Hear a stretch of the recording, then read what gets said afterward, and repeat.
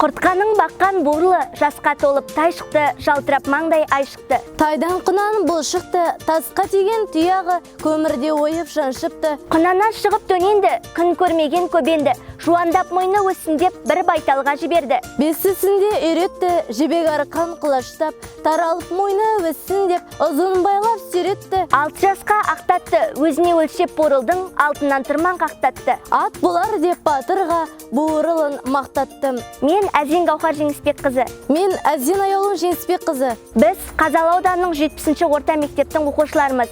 Біз тұлпар мініп туалған ұлттық байқауына қатысуға толық дайынбыз.